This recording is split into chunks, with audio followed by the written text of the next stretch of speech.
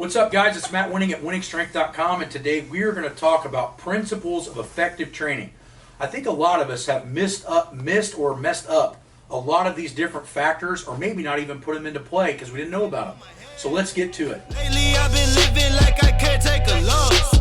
They ain't wanna help me, that's what made me a boss. You can't kill my confidence, I think I'm the man. We don't give a f, that's what they don't understand. I'm back again like flu season, I broke records while loose leafing. I'm coming down my roof, leaving, don't give a f, I don't care. Did the by my lonesome, no wonder now I'm on one. No shortcuts on that long run, all I really want is my share. The first one that I think we need to cover is you have to understand how the body responds to stress, okay? The problem is weight training and strength training, especially at an elite level, is insanely stressful, okay? That means that if you don't understand about cortisol, testosterone levels, recovery, all these different factors, you're going to be limited on your success, on how strong you can get, or whatever your endeavor may be. But the big thing is that you have to understand that there are accumulative stress and then there's acute stress. So a lot of people only focus on, man, I really got sore from that workout yesterday. They're not thinking about what the workout did or is doing 3, 5, 10 days later. And that's super important. That also means you have to understand supercompensation. So if you look at this particular graph, delayed transformation takes anywhere from 3 to 7 days. So if you train really hard, the progression of that training is not going to show for anywhere from 72 to 100 hours. Now this is just being in general so you guys understand. But what you got to know is that acute training response means nothing. It's all about building blocks over time and how that training affects in a long-term fashion. So if you don't understand supercompensation, it's really, really hard to understand what your training's doing. For instance, a lot of times on Patreon Trainer Rogue, we get, hey, last week I maxed on the bench at 225 and I tried it again 3 days later and I only got 215. I'm getting worse, this program doesn't work.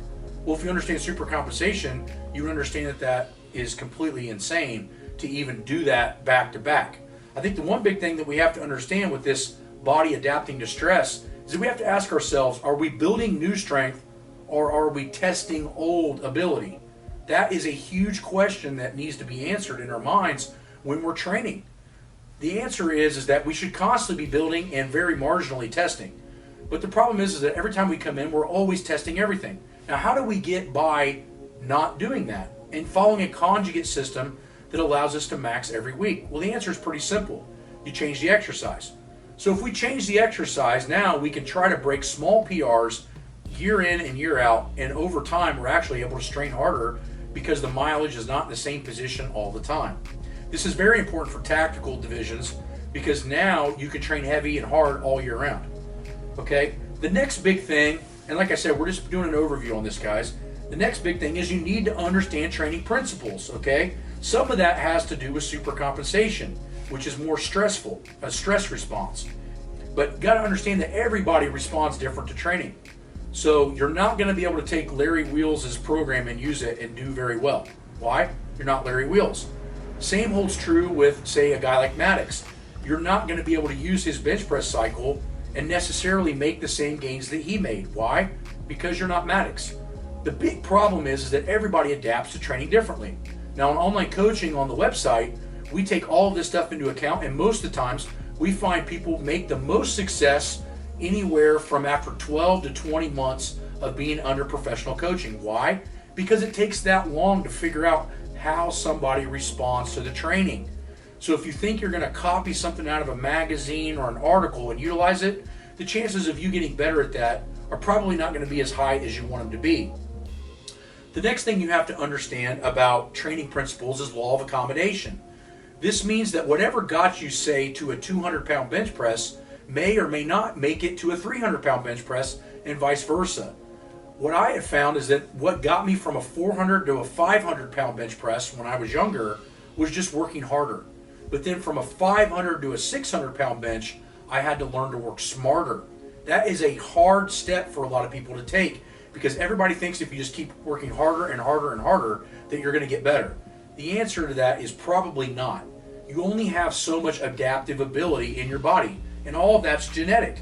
But the law of accommodation states that if you use the same thing for too long whether it be an exercise, a rep scheme, or a set scheme, you're going to run into a big issue because the body already understands the answer to that question. That's why we've created so many different manuals on the website for you guys to follow different training blocks, therefore elicit a better and hopefully higher result in your training. The key is you have to learn how to train efficiently, and many times a more efficient training cycle is a training cycle that the body's never seen before. You got to understand this too, and this goes under the same thing we've kind of hinted on already. Every program can work, but will only work for so long. And what that means is that when you train like an idiot when you're younger and you don't know what you're doing, you're going to get better because your baseline is so low.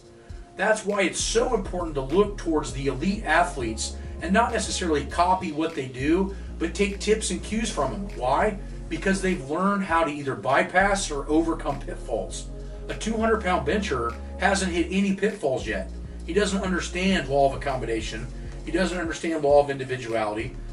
And he doesn't understand how to rotate movements. You can get to a 200-pound bench, whether you're male or female, and train immensely specific and probably make decent results up till about 200, maybe even 300 pounds. But after that point, you're going to need variety in order to get better. The problem becomes is that what you think works now will not work forever. And that is a hard pill to swallow. I would love to go back to when I simplistically trained like I did when I was at my local YMCA and still maintain these world-class gains that I've had in my entire career.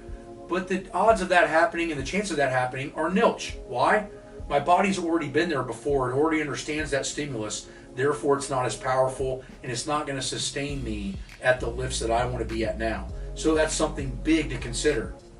The next thing is that we can't avoid, we must progress what we're doing. What we do has to get a little bit harder and a little bit more intensive and a little bit more volume as we get better. That's a no-brainer. But at the end of the day, we can only work out so much. In my personal opinion, once you go over an hour, you're in deep shit. You're going to be having cortisol levels go through the roof.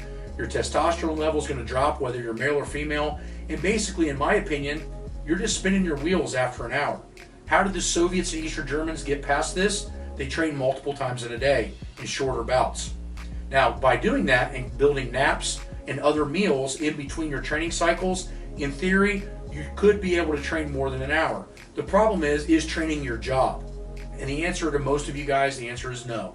So if you're not independently wealthy or you don't have to work, the chances of you being able to train 2 times a day and put the time and effort that you would need to do into it like a job is probably not optimal.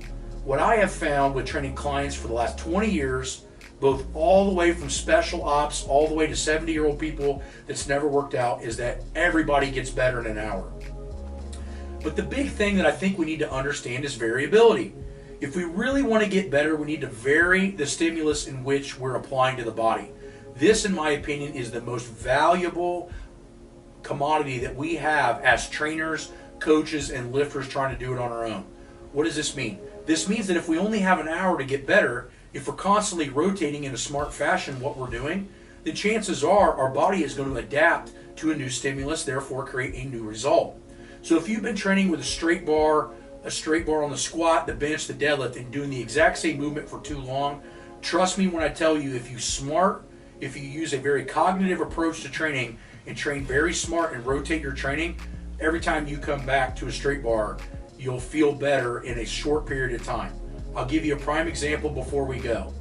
When I squatted 865 and a half, the all-time world record in just a belt and knee sleeves, I squatted with a straight bar 3 times in about 18 weeks to hit that big squat. I did 700 for 5 week 1. 5 weeks later, I did like 765 for 3, or maybe 785 for 3, and then the next week I did 835, 840 for 2. That was the only time I touched a straight bar with straight weight. So maybe, just maybe, you might be training incorrectly to make it to your goals, and you might be overdoing things in a specific fashion, which is causing stagnation and small injuries to occur. Visit us at wenningstrength.com, and if you need help with this, come on to online coaching, or at the bare minimum, at least grab a couple of the manuals and start to educate yourself on how to train smarter. Thank you. Lately I've been living like I can't take a loss. They ain't wanna help me, that's what made me a boss. You can't kill my confidence, I think I'm the man. We don't give a f***, that's what they don't loose season, I broke records while loose leaf, and I'm coming now.